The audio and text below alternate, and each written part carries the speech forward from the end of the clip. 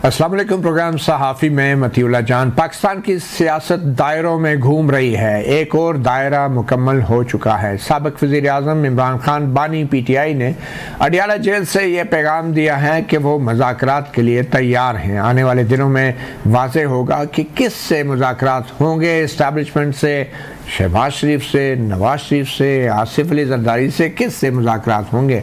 मगर बज़ाहिर अब की बार ये पैगाम इंतहाई काबिल एतमाद ज़राए से दिया गया है। सबसे पहले आपको बताते हैं कि वो ज़राए कौन से जिनके ज़रिए इमरान खान ने ये पैगाम दिया है। आइए देखते हैं। अलीमा खान, उन्होंने जुमेरात तक का टाइम दिया है, सिर्फ जुमेरात तक का, कि अगर उन्होंने कहा कि अगर मुज़ाकरात में आप सोच लें स्टोलन मैंडेट वापस कर देते हैं तो फिर उसका जो 24 तारीख है वो जश्न में तब्दील हो जाएगा। ये तो थी अलीमा खान। और उसके साथ आज ही के दिन मरकजी एपेक्स कमेटी के इजलास के बाद वज़ीर आज़म शहबाज शरीफ ने भी ठंडे दिल और दिमाग से बैठकर मामलात को सुलझाने का मशवरा दिया। अदब से दरख्वास्त करना चाहता हूँ कि हमें बैठकर ठंडे दिल के साथ इन मामलों को सोचना है। अगर वाकई पाकिस्तान की तरक्की और खुशहाली आप सबको अजीज है, जो कि है आपको, फिर फैसला करना है कि हम धरने दे लें, लॉन्ग मार्चेस कर लें, या फिर तरक्की और खुशहाली के मीनार खड़े करें। It's all up to us. Choice is ours, time and tide, wait for none. मगर बानी PTI ने अडियाला जेल से एक और पैगाम भी दिया है। एक ट्वीट के जरिए इमरान खान कहते हैं कि मैं मुल्क के लिए हमेशा मुज़ाकरात के लिए तैयार रहा हूँ। निगरान हुकूमत से जब भी मुज़ाकरात की बात की, उन्होंने इसका जवाब फस्तायत से दिया। हमारे लोगों को जेलों में डाला। 24 नवंबर को एहतजाज में शामिल होना सब पर लाजिम है। अब ये मुख्तलिफ़ किस्म के मैसेजेस एक किस्म के आ रहे हैं। एक तरफ मुज़ाकरात और दूसरी तरफ 24 नवंबर के लिए जो कॉल दी गई है उसको भी अब लगता है कि मशरूत किया जा रहा है। और जुमरात तक का वक्त है, 21 नवंबर तक का वक्त है कि इस्टेब्लिशमेंट से कोई मस्बत जवाब आए। ये दोनों सूरत हाल जो है PTI के कारकुनों पे इसके क्या असरात होंगे, क्या कारकुनों को 24 नवंबर को निकलना है या नहीं। और फिर अलीमा खान ने तो यहाँ तक कह दिया कि अगर मुज़ाकरात हो गए, मामलात तय हो गए, तो 24 को एहतजाज नहीं जश्न होगा। अब यही मालूम करने के लिए आज हमने ख़ास मेहमानों को ज़हमत दी है। हमारे इस्लामाबाद स्टूडियोज़ में मौजूद हैं सीनियर जर्नलिस्ट, कोर्ट रिपोर्टर हसनात मलिक, और उनके साथ इस्लामाबाद हाई कोर्ट और सुप्रीम कोर्ट पे गहरी नज़र रखने वाले जनाब साकिब बशीर, और हमें ज्वाइन किया है वीडियो लिंक पे तर्जुमान वज़ीर आला पंजाब जनाब सैयद कौसर काज़मी साहब। आप तीनों मेहमानों का बहुत शुक्रिया। तो कौसर काज़मी साहब, आपकी तरफ ही हम आएंगे। कैसा लग रहा है ये मुज़ाकरात के हवाले से? नून लीग को भी कोई खबर है या ये मामलात सिर्फ इस्टेब्लिशमेंट और PTI के बीच में ही चल रहे हैं? मतीउल्लाह जान साहब, आज बड़ा मजा आया सुन के जब वज़ीर आज़म पाकिस्तान ने तमाम पार्टीज को मुखातिब करके मिल बैठकर बातचीत की अहमियत को उजागर किया। बड़ी नपी तुली गुफ्तगू थी उनकी, और बड़े अरसे बाद ये सुनने को मिला पाकिस्तान के अंदर कि सबको साथ लेके चलना चाहते हैं, और ये बड़ी अच्छी बात थी उनकी तरफ। और जवाब क्या आया दूसरी तरफ से, आपने अपने इब्तदाइये में बता दिया कि खान साहब ने कहा जी कि हर हाल में हर बंदा एहतजाज में पहुंचे। तो वो किसी भी सूरत एहतजाज को तर्क नहीं करना चाहते। वो चाहते हैं कि ये जो अफरा तफरी, जो इंतशार जो पाकिस्तान में है, वो इसी तरह रहे। फिर हमारे इस दावे को बड़ी तकवीयत मिलती है मतीउल्लाह जान साहब के जब 60 सेनेटर्स अमेरिकन और वो अफराद उनमें बिलखसूस जो इजरायली नवाज हैं, जिन्होंने हमेशा इजरायली मुजालिम की जो है वो हिमायत की है और फलस्तीनियों के हक में आज तक नहीं बोले, वो इमरान खान साहब की रिहाई के लिए जो बाइडन को खत पे खत लिख रहे हैं। और इसी तरह की हरकत जो है हमने देखी बरतानिया में भी जारी है। एक लॉबिस्ट फर्म है बरतानिया में और कई अमेरिका के अंदर जो इनके लिए काम कर रही है। फिर इनका मकसद कुछ और है। इनका मकसद पाकिस्तान में सियासत नहीं है। इनका मकसद ये है कि अफरा तफरी और ये जो हालात मुल्क के खराब से खराब तर होते रहे माजी में और अब कुछ बेहतरी की तरफ जा रहे हैं, ऐसा बिल्कुल ना हो। और ये मेरी जाती राय भी है कि जब से ये करीब नजर आया कि 190 मिलियन पाउंड स्कैंडल का फैसला होने लगा है, इनको फाइनल कॉल याद आ जाती है। जब इनको ये पता चलता है कि 9 मई का जो कल्प्रिट्स थे उनको सजाएं देने के हवाले से जरा तेजी आ रही है, तो फिर इनको फाइनल कॉल याद आ जाती है। तो मकसद ये है ही नहीं कि मुल्क से इंतशार का खात्मा हो, मुल्क के अंदर तरक्की की जो राहें हैं जिन पे मुल्क गामजन है वो चलता रहे, इनका मकसद ये नहीं है। मुझे इक़्तिदार नहीं मिला तो किसी को नहीं खेलने दूंगा, खुद नहीं खेलूंगा तो खेलने नहीं दूंगा। खान साहब इसी कुलिये पे अमल पैर है, तो ये तो बिल्कुल इस तरह होगा नहीं। आपने फिर ये भी सुना कि केपी में क्या हुआ, हम एहतजाज करेंगे, कफन बांध के कब्रें खोद के जनाजे पढ़ा देना, तो ये एहतजाज भी नहीं है। बहरहाल आप भी काज़मी साहब, आप भी मुज़ाकरात के हक में हैं और आप समझते हैं कि एक मस्बत पेशरफ्त है अगर पीटीआई के बानी जो हैं वो मुज़ाकरात की तरफ अब राग़िब हो रहे हैं, तो मेरे ख्याल में इसमें तो आप कोई शक नहीं है। और अगर ये मुज़ाकरात कामयाब हो जाते हैं तो सवाल ये पैदा होता है कि फिर नून लीग का क्या बनेगा। कोई भी मुहिब्बे वतन जो है ना जी, वो वतन की खातिर किसी से भी बातचीत करने के लिए तैयार है, लेकिन इससे पहले आप साने 9 मई को भूल जाएंगे, आप कभी नहीं भूलेंगे। जो दुश्मन ने कभी काम नहीं किया वो इस जमात के कंधों पे उसका बोझ तो है। अगर आप अब सजाएं नहीं देंगे तो कोई भी जत्था उठ के किसी भी वक्त किसी भी हमलावर हो जाएगा। ये आप किससे कह रहे हैं कि सजाएं इनको दें? ये फौजी अदालतों से कह रहे हैं या सिविल अदालतों से कह रहे हैं? फौजी अदालतों को भी कहूं तो खान साहब की उस बयान की तायीद होगी कि पूरी दुनिया में फौजी अदालतें काम करती हैं, तो पाकिस्तान में क्यों नहीं कर सकती? तो फौजियों के जो जज्बात है मतीउल्लाह जान साहब, वो तो आपके सामने है। बात सिर्फ तोड़ फोड़ तक नहीं थी ना, जो शहीद थे जिन्होंने वतन को अपना खून दिया, उनकी जो यादगारें थी उनकी भी तौहीन की गई। बहरहाल अब तो मुज़ाकरात में तो ये सारी चीजें ज़ेरे बहस तो नहीं लाई जाती ना। जब मुज़ाकरात होते हैं तो सारी चीजें फिर भूल जाती हैं, फिर फौजी सिविल अदालत केसेस 9 मई और बड़े बड़े वाक़यात ये फिर सारे साइड पे रखने पड़ते हैं। तो मैं आपकी तरफ आऊँगा, मैं आपकी तरफ वापस आऊँगा। हमारी कोशिश थी, मलिक अहमद खान बच्चर साहब ने भी हमें ज्वाइन करने का वादा किया था और एंड टाइम पे हमें वो लगता है कि उनका टेलीफोन नहीं मिल रहा। हमारी कोशिश है कि हम पीटीआई के किसी भी रहनुमा को अपने प्रोग्राम में शामिल करके उनका मौक़िफ़ भी ले लें। मगर साकिब बशीर साहब, ये वाक़या हुआ क्या अचानक, ये मुज़ाकरात वाला मामला कि एक तरफ ट्वीट में इमरान खान साहब कह रहे हैं कि सब लोगों को, पाकिस्तानियों को बाहर निकलना चाहिए, मीडिया पर सेंसरशिप नाफिज है, बयानात, मेरे बयानात नशर करने पर पाबंदी है और अवाम की ज़ुबानबंदी के लिए इंटरनेट में बार बार खलल अंदाजी से इस मुल्क को 550 अरब रुपए का नुकसान हो चुका है। इंटरनेट की कारकर्दगी 27% तक महदूद हो गई है। ये घिनौने इक़दाम सिर्फ इसलिए उठाए जा रहे हैं ताकि किसी तरह तहरीक इंसाफ को कुचला जा सके, तहरीक इंसाफ की आवाज़ दबाई जा सके। और इसके फ़ौरन बाद खबर आई है कि वो मुज़ाकरात के लिए तैयार है। एक तो मुलाकात जो है वो पहले भी जब अली अमीन गंडापुर या दूसरी मुलाकातें होती रहती हैं तो वो बड़ा शॉर्ट टाइम होता है, 45 मिनट की होती है। तो अभी रिसेंटली भी जब बिलावल और मौलाना ने 26वीं आईनी तरमीम से पहले एक मुलाकात करवाई थी, बड़ी गवर्नमेंट भी इन्वॉल्व थी, तो वो 45 मिनट की मुलाकात थी। तो असल कैसे कहते हैं वो हमारी 30 मिनट की मुलाकात कराई गई। लेकिन आज की जो मुलाकात है गैर मामूली इसलिए है कि 11 बजे मुलाकात शुरू होती है और तकरीबन 1:15 बजे तक जो है वो ये मुलाकात रही, मतलब 2 घंटे से ज़ायद वक़्त अली अमीन गंडापुर और उसके बाद बैरिस्टर गौहर भी मिले। तो इस मुलाकात का जो दौरानिया ज़्यादा होना ये काफ़ी इसमें, क्योंकि इससे कबल हाई कोर्ट भी ऑर्डर देती रही है, वो मुलाकात करवाते रहे हैं, लेकिन टाइमिंग वही 30 मिनट ही होती थी। इसी मुलाकात के हवाले से जब आज वहाँ पे बात हुई जेल में, तो इमरान खान साहब से जब पूछा गया कि ये जो मुलाकात थी इसमें क्या हुआ, तो उन्होंने एक तो वो बात कर दी कि मुज़ाकरात के हवाले से कि मैंने उनको कहा है ठीक है अगर कोई मुज़ाकरात करना चाहता है तो सियासी तौर पर हम सियासी जमात हैं तो मुज़ाकरात के लिए हम तैयार हैं। लेकिन साथ ही पूछा गया कि पहले तो आपने ये कहा था कि मुज़ाकरात हम ख़त्म कर रहे हैं, तो उन्होंने कहा नहीं ये सियासी जमातें जो है वो सियासी रास्ते जो है वो खोले रखती हैं। फिर अगली बात हुई कि किन से आप मुलाकात कर रहे हैं, मुज़ाकरात किससे कर रहे हैं, तो इस पर उन्होंने क्लियर जवाब नहीं दिया। उन्होंने कहा कि अब वो मुझे उन्होंने बताया है कि पता नहीं अब कोई होगा जिससे उन्होंने बात की है या कर रहे हैं। तो उसके बाद उनसे मतलब ये सवाल हुआ कि आप जो है वो क्या मुतालबात आपके क्या होंगे या किस तरह होगा और किससे आपने मुज़ाकरात करने हैं। तो उन्होंने कहा हमने मुज़ाकरात तो पहले ही मैं कहता हूँ कि पावरफुल जो लोग हैं उनसे हमने मुज़ाकरात करने हैं या वो जिसको अपना जो है वो नुमाइंदा रख दें। और उसके बाद उन्होंने मैंडेट वो रखा कि वो हम पे रूल ऑफ लॉ नुमाइंदा रखने से मुराद शहबाज शरीफ या कोई, हम वो खान साहब इसके बारे से कह सकते हैं कि क्या वो इस क्या मतलब है उनका।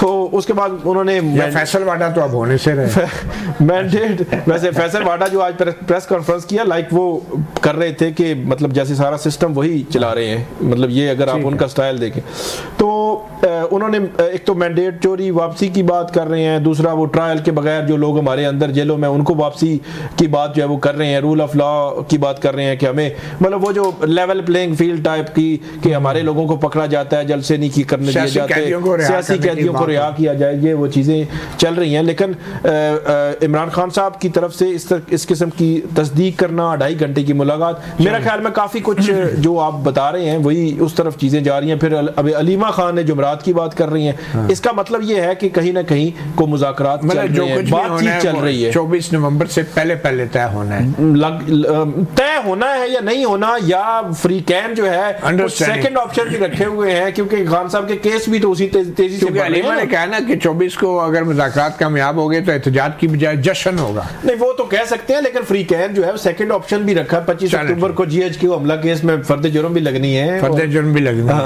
तो ये फर्दर जुर्म के हवाले से मैं चाहूँगा कि आज फैसल वाटर साहब ने भी कुछ साफियों से बात की है। आज तो वो यूँ लग रहा था कि आज वो शायद फौज के तर्जुमान कोई प्रेस कॉन्फ्रेंस कर रहे हैं प्रेस क्लब के अंदर, ज़रा सुनते हैं वो क्या कह रहे हैं।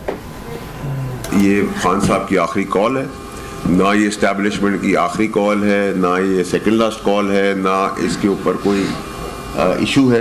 ये पानी का बुलबुल है, 24 भी आ जाएगी, 25 भी आ जाएगी। और आपको 24 की डेट को समझने की जरूरत है कि 24 की डेट क्यों रखी गई। 25 को चार्ज फ्रेम होने हैं इमरान खान साहब के ऊपर, और बहुत तेजी से दूसरी तरफ उनके दोस्त, उनके हमने वाला, हम पे वाला, उनके भाई, उनके हमदर्द जो उनको यहाँ तक लेके आए, फैज साहब की चीज़ें बहुत तेज से चल रही हैं। तो अगर वो डेट्स के ऊपर आप चले जाएं तो आपको ऑटोमेटिकली पूरी कहानी पता चल जाएगी। तो हसरत मलिक साहब, ये जो वाडा साहब 24 और 25 की कहानी बयान कर रहे हैं कि 25 को फर्द जुर्म आयद होनी है 9 मई के GHQ हमला केस में, तो इस वजह से 24 की कॉल दी गई है। ये किस हद तक अहमियत है इन तारीखों की? देखिए, ये अब समझ नहीं आ रही। मुज़ाकरात की बात तो अब चल रही है, मुज़ाकरात हो रहे हैं। एक शख्सियत PTI की रोज़ पेशावर से इस्लामाबाद आ रही थी 4-5 दिन से लास्ट, अच्छा, और इतलात थी कि कोई बातचीत चल रही है। और आज अंसार अब्बासी साहब की खबर भी है इस पर, सुबह डिनाया भी किया गया कि नहीं, लेकिन फिर इमरान खान साहब ने खुद ही तस्दीक कर दी। तो ये चीज़ें काफ़ी आगे तक चली गई हैं। मेरा ख्याल है कि अब देखना है कि ब्रेक थ्रू क्या होता है। ब्रेक थ्रू ये होता है कि जी इमरान खान को जो वो बनी गाला शिफ्ट किया जाता है, ज़मान पार्क शिफ्ट किया जाता है। इससे ज़्यादा मेरा नहीं ख्याल कि कोई बड़ी चीज़ हो।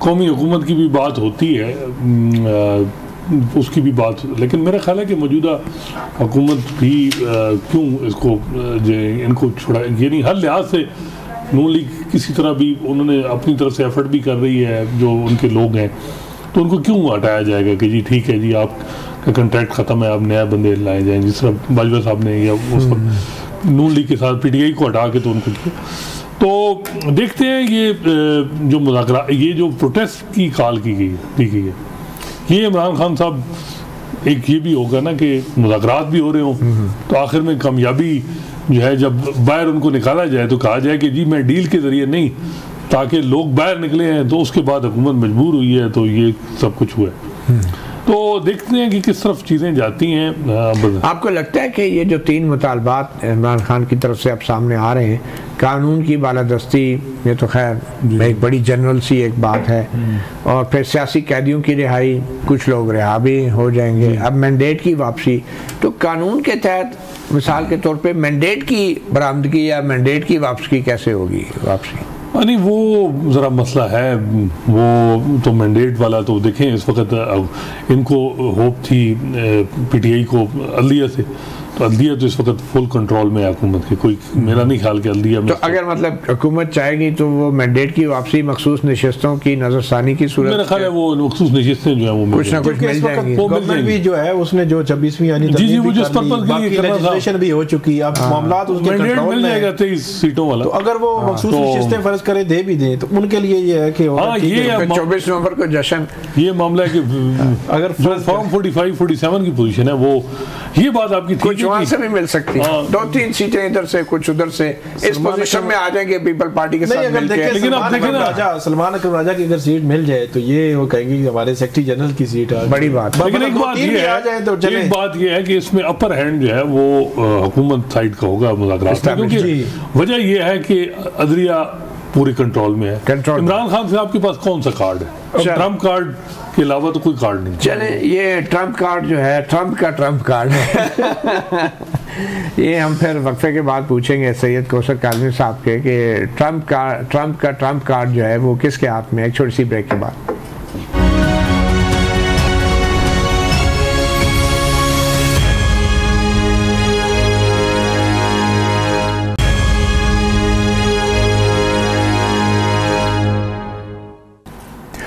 Welcome back. साफ़ी प्रोग्राम में हमें ज्वाइन किया मलिक अहमद खान बिच्छर, PTI कायदे हिज़्ब इख्तिलाफ पंजाब असम्बली। बहुत शुक्रिया मलिक अहमद खान साहब, मुबारक हो, मुज़ाकरात शुरू हो गए हैं आपके इस्टेब्लिशमेंट से और आपकी मुश्किलात भी कम हो जाएंगी, आपके मुकदमात भी ख़त्म हो जाएंगे। कितनी तवक्कुआत हैं? आज तो बहुत बड़ा ऐलान कर दिया इमरान खान साहब ने। सर मेरे ख्याल में ऐलान का कंटेंट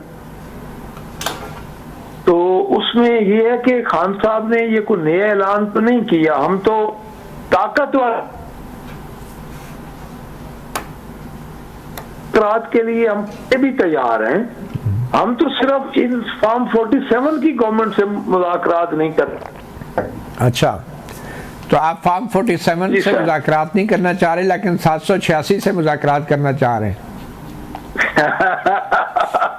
सर एक्चुअल मैं अर्ज करता हूँ मतीउल्लाह जान साहब, आप माशाल्लाह आपको इन चीजों का ज्यादा तजर्बा है।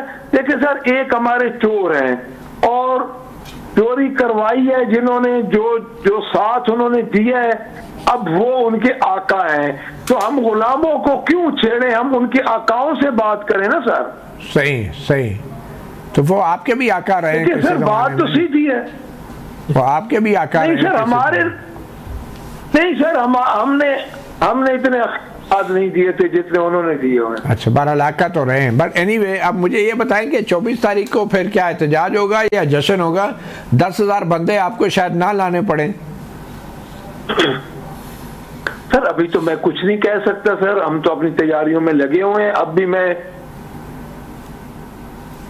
जिस वजह से आपसे ये थोड़ी गुस्ताखी हुई कि टाइम पे नहीं, मैं जो टाइम मैंने कमिट किया था उस पे नहीं मैं आपको ज्वाइन कर सका। हम तो सर अपनी तैयारी में पूरे लगे हुए हैं जी। बाकी जो उधर इस्लामाबाद सीनियर लीडरशिप है, जब उधर से जो कोई नया ऑर्डर आएगा तो उसके बाद ही, लेकिन हमने तो अपना काम जारी रख रहे हैं ना जनाब। लेकिन आप किससे ऑर्डर ले रहे हैं? आप अलीमा खान से ऑर्डर ले रहे हैं या बुशरा बीबी से? क्योंकि दोनों माशाल्लाह काफी मुतहरक है। नहीं सर नहीं, देखिए बात ये सर, हमारा उस दिन जो हमारी मीटिंग हुई उसमें बुशरा बीबी साहब ने खान साहब का पैगाम हमें पढ़ के सुनाया। खान साहब के पैगाम के मुताबिक ही हम चल रहे हैं और पार्टी में कोई रिफ्ट नहीं है। मेरा ख्याल में ऐसी कोई बात नहीं है कि कोई एक लॉबिंग के ऑर्डर है, वो खान साहब के ऑर्डर से। देखें मतीउल्लाह जान साहब, जो बुशरा बीबी हैं वो खुद और तकरीबन साल पूरा कह देना हक काट के आई हैं, तो वो उन्होंने खान साहब का पैगाम बीबी ने हमें पहुंचाया है, तो हम उसके मुताबिक अपनी मेहनत कर रहे हैं जी। लेकिन बुशरा बीबी ने तो एहतजाज का पैगाम पहुंचाया है, अलीमा बीबी ने मुज़ाकरात का पैगाम पहुंचाया है, तो आपके कारकुन कंफ्यूज नहीं होंगे 24 नवंबर को? वो तो इसी इंतजार में रहेंगे कि हो सकता है मुज़ाकरात कामयाब हो जाए ना हो, तो ये कब तक फैसला हो जाएगा आपके ख्याल में? नहीं मतीउल्लाह जान साहब, मैं अर्ज करूं कि हम अपनी तैयारी हमने पूरी की हुई है, हम अपनी तैयारी में डिटरमिन है इंशाअल्लाह ताला। तो मेरा जो ख्याल है कि ये बातें उधर साथ साथ चलती रहेंगी वर्कर्स पे, और जो हम तैयारी कर रहे हैं लोग, हमारे ऊपर इन बातों का कोई असर नहीं है। चलें कौसर साहब, मैं आपकी तरफ ही आना चाहूँगा। आपके ख्याल में ये मुज़ाकरात किसी की मजबूरी है, इस्टेब्लिशमेंट की मजबूरी है या PTI की मजबूरी है? किसकी मजबूरी है ये मुज़ाकरात? देखिए जी, मजबूरी तो खैर नजर नहीं, मफरूजों पे बात हो रही है। मतीउल्लाह जान सर, पहले भी जो हम गुफ्तगू कर रहे थे वो सिर्फ मफरूजों पे मबनी है, जबकि मेरी इतलात, हमारी इतलात जो हैं उसके मुताबिक फौज 9.5 मई के जो कल्प्रेट्स हैं उनको माफी देने के लिए बिल्कुल तैयार नहीं है। अच्छा। अब या तो मुझे बड़ी खुशी भी हुई जब आपने इब्तदाइये में इमरान खान साहब को साबिक वज़ीर आज़म कह के पुकारा, तो मुझे वो दौर याद आ गया मती, जब हम भी, क्योंकि सहाफत से एक बड़ा अरसा हमारा एक ताल्लुक रहा, तो जब हम यहाँ से रिपोर्टिंग करते थे तो हमें बाकायदा हिदायत दी जाती थी खान साहब के दौर में कि आपने साबिक वजीर आजम नहीं कहना नवाज शरीफ को, आपने नाअहल लफ्ज यूज करना है अपने पेपर्स में, अपने जो एज लाइव होते थे। तो आज मुझे बड़ा मजा आया कि आपने बड़ी इज्जत और तकरीम से वो नाम लिया। तो इसी तरीके से मुझे नहीं लगता कि किसी सूरत भी इनको उस हवाले से माफी दी जाए जो 9 मई का बोझ इनके कंधों पे। बाकी इन्होंने मुज़ाकरात के हवाले से फिर कोई बात की और जिसको इन्होंने फौरन कह दिया कि भाई चोरों के सरबराह जो बड़े चोर हैं हम उनसे मुज़ाकरात करेंगे। क्या ये जुबान इस्तेमाल की जाती है? नहीं, ये बड़े चोरों का लफ्ज आपने इस्तेमाल किया, उन्होंने बड़े चोरों का तो नहीं कहा। यही कहा जिन्होंने चोरी की और जो इनके सरपरस्त थे। तो क्या मतलब जो इनके आका थे, तो आपने बड़ा चोर कह दिया। मतलब चोरों के आका से क्या मतलब? बड़ा चोरी होता है ना। अच्छा आप अल्फाज समझे ना, आप अल्फाज को समझे, उसका मतलब तो यही है। अच्छा, मतलब सही आपने सही निकाला, ठीक है। मती चोरों का आका कोई वलीउल्लाह नहीं हो सकता ना। अच्छा, चोरों का आका वही होता है। तो यही सिलसिला है कि ये एस्टेब्लिशमेंट को, फौज को फिर तस्दीक का निशाना बना रहे हैं, क्योंकि इनका मकसद ये है जो बैरूनी आका है उन्होंने नहीं ये वजाहत करना चाह रहे हैं बचर साहब आपने जो आका का नाम लिया था तो आपसे मुराद जो है वो बड़ा चोर थी। मेरी क्या थी, क्या कहना चाह रहे थे आप? मैं अपने भाई को बहुत ज्यादा जज्बाती हो रहे हैं, मैं उनको थोड़ा सा क्लियर कर दूं। जी बहुत जरूरी है। जी कि जनाब बात ये है कि फॉर्म 45 हमें जारी हुए, हमारा मैंडेट चोरी हुआ है, हम खुदा ना खास्ता। बच्चन साहब आप ये वजाहत कर दें कि आपने जो बड़ा आका कहा था, चोरों का बड़ा आका, आपकी मुराद बड़ा चोर थी? मैं वही आ रहा, मैं उसी तरफ ही आ रहा हूँ। कर देना वो बड़ा चोर मतलब था या आका मतलब था? सर मैं वही आ रहा हूँ, उसी तरफ ही आ रहा हूँ कि फॉर्म 45 के तहत हम जीते, हमने 2 करोड़ 60 लाख वोट लिया। हमारा वोट किसने चोरी किया? मैंने तो किसी का नाम ही नहीं लिया। तो ये मोहतरम तो बादशाह लोग हैं, आप ये खुद ही ये बात कर रहे हैं। ये बड़ा आका से क्या मुराद थी? ये बड़ा आका से क्या मुराद? मैंने चोर नहीं कहा। नहीं, ये बड़ा अच्छा आपने नहीं कहा। आरओ ने हमारी चोरी की, आरओ ने जो फॉर्म 47 का आपके मुराद थे कि आरओ बड़ा आका है, बड़ा आका से आरओ थी। मेरे भाई मेरी अर्ज अब सुन, अगर आप मेरी बात पूरी सुनेंगे तो आपको समझ आ जाएगी। अगर आप नाराजगी का इजहार करते रहेंगे तो आपको समझ नहीं आएगी। मैं सर अपनी बात पे अब भी कायम हूँ। मैं सिर्फ ये अर्ज कर रहा हूँ कि हमारी इलेक्शन का मैंडेट चोरी हुआ है। हमारा इलेक्शन के मैंडेट चोरी में आपको खुद पता है कौन, हमारा बल्ले का निशान किसने लिया था? बड़ा आका कौन था? बड़ा आका कौन था किसको आप बड़ा आका कह रहे थे? जी सर, बड़ा आका किसको कह रहे थे आप? चोरों का बड़ा आका किसको कह रहे थे? सर जी मैं आपको एक बात बताऊं, मेरी बात सुने। हमारा फॉर्म 45 का इलेक्शन चोरी हुआ, उसमें अदलिया फायद ईसा शरीक था, स्टैब्लिशमेंट शरीक थी, हर कोई शरीक है। अब मैं चोर नहीं कह रहा, हमारा जो मैंडेट चोरी करके जिनको चोर नहीं कह रहे आप, आका कह रहे उनको। जी आप चोर नहीं कह रहे, आप आका कह रहे उन्हें। सर आप जो कोई समझ ले, हमारे साथ तो ज्यादती हुई है। अब जिनके साथ ज्यादती होती है वो बात चले काजमी साहब अब आपकी तरफ ही आते हैं। मैं इन्होंने फॉर्म 45 फॉर्म 47 का हवाला दिया। अभी कल परसों की बात है, अता तारड़ का केस था ना कोर्ट में, तो ये जब पेश हुए तो दोबारा तारीख मांग ली।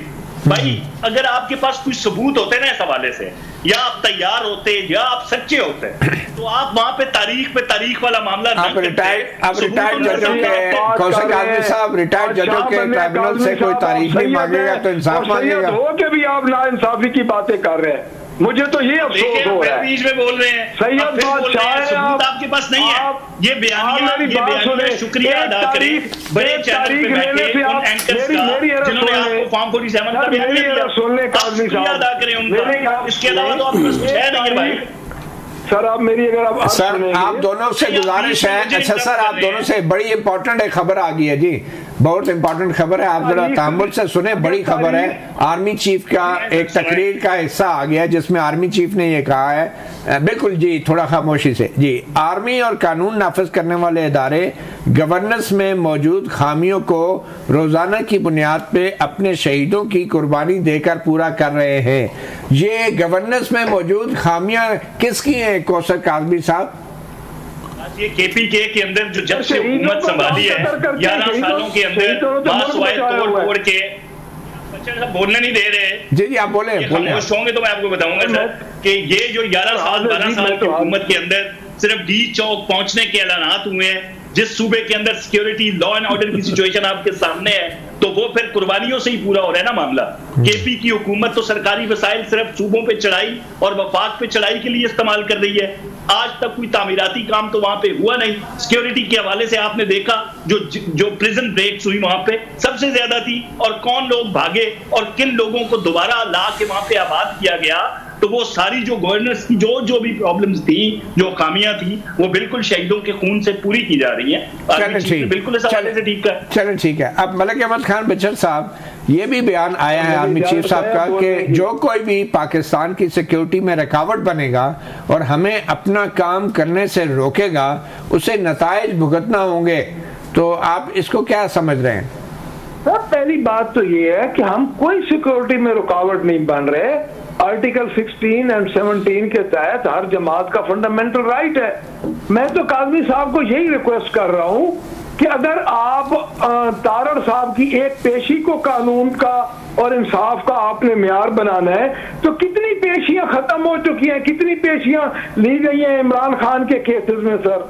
लेकिन सर बात ये है, आप कुछ हकीकत पे बात करें। मैं तो ये रिक्वेस्ट कर रहा हूं अपने भाई को कि सैयद बादशाह हैं, काजमी साहब हैं, बात हम ये नहीं कह रहे, हम बिल्कुल शहीदों की कदर करते हैं, अपनी फौज की कदर करते हैं, बट बात ये है सर कि अगर आप KPK को जो गुनाह होगा आप हम के जिम्मे कर दें।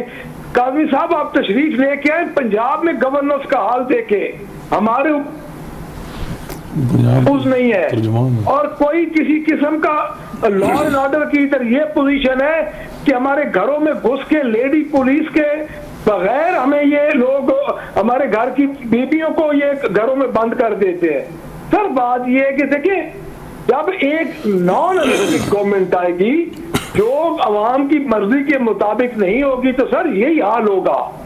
सही। मैं ये कह रहा हूँ, सही। मैं ये नहीं कह रहा कि हमको टकराव की तरफ जा रहे हैं। हम तो बार बार ये कह रहे हैं कि हम पुरअमन जमात है, फेडरेशन की सबसे बड़ी जमात है, हमें पुरअमन एहतजाज करने दिया जाए, हमें क्यों रोका जा रहा है। एक छोटी सी ब्रेक लेंगे। ब्रेक के बाद हमारे साथ मौजूद हैं साकिब बशीर और उस्ताद मलिक साहब भी, सैयद कौसर काज़मी और मलिक अहमद खान बचर, आप दोनों का बहुत शुक्रिया सहाफ़ी प्रोग्राम में शरीक होने के लिए। एक ब्रेक के बाद वापस आते हैं।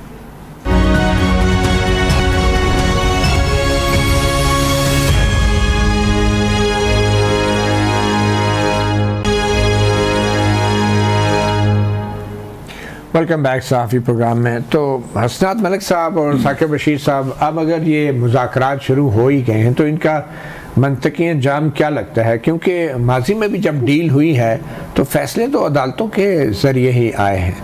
तो अब जब इतनी बड़ी तादाद में मुकदमात का एक अंबार है जो अदालतों के सामने पड़ा है, तो वो ये सारा अंबार जो है एकदम किसी डील के नतीजे में ये हमारी आज़ाद अदलिया जो है वो सारे मुकदमे ख़त्म कर देगी।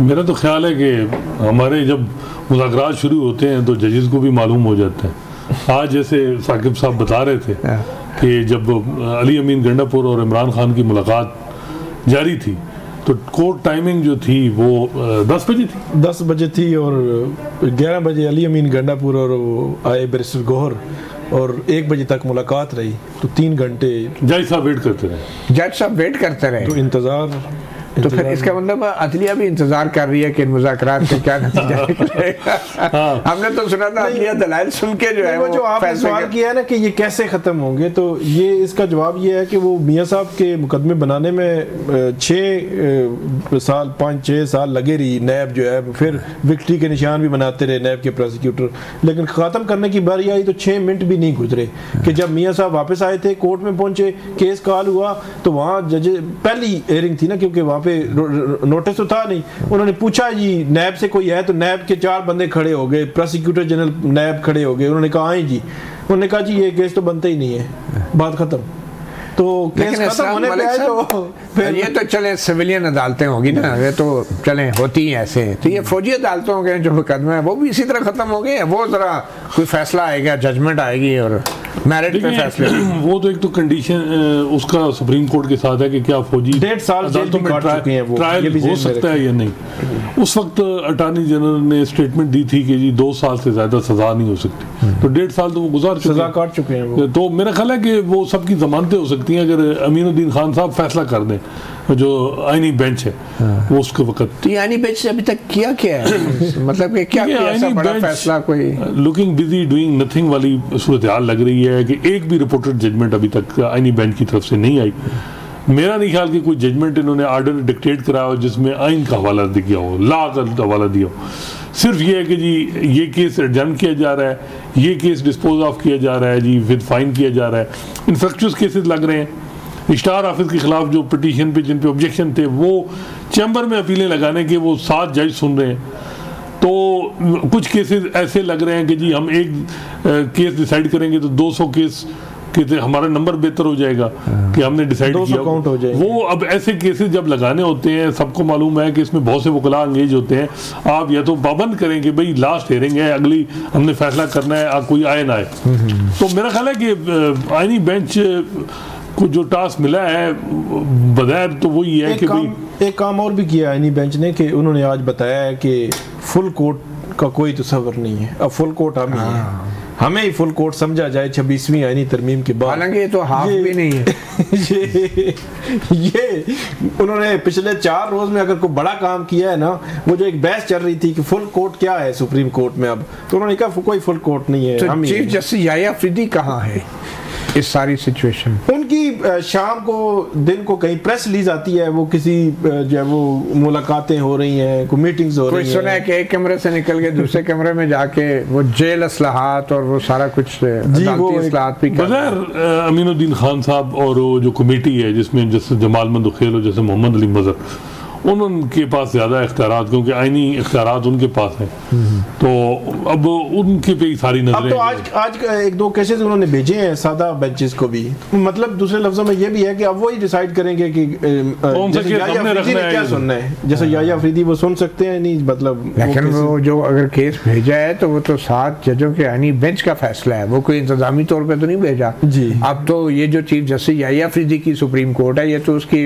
बाइंडिंग है, उसके ऊपर बाइंडिंग 7 जजों ने कहा तुम ये केस सुनो, तुम ये केस सुनो। ये नहीं कह सकते कि नहीं ये आपकी जुरिस्डिक्शन बनती है। उसका क्या होगा जब चीफ जस्टिस याह्या अफरीदी की अदालत ने आईनी बेंच को कोई केस भेज दिया और कहा कि आप ये केस सुने?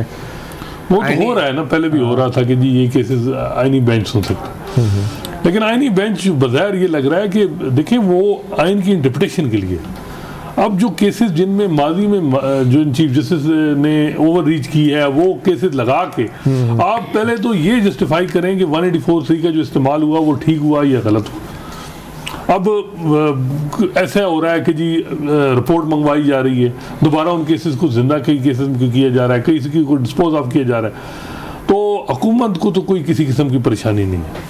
चले हुकूमत को तो बगैर किसी किस्म की कोई परेशानी नहीं है, मगर अब जबकि मुज़ाकरात का ऐलान कर दिया गया है बानी पीटीआई की तरफ से इस्टेब्लिशमेंट के साथ भी या कोई भी जो इस्टेब्लिशमेंट का नुमाइंदा हो उसके साथ भी, तो कुछ न कुछ तो परेशानी ज़रूर हुकूमत को होगी, क्योंकि अगर हुकूमत इन मुज़ाकरात का हिस्सा नहीं है या हुकूमत को किसी किस्म की कोई गारंटी नहीं दी जाती तो फिर भी ये एक नया मसला होगा, मगर शायद ये इतना बड़ा मसला ना हो जितना बड़ा मसला अब इस्टेब्लिशमेंट के लिए बन रहा है।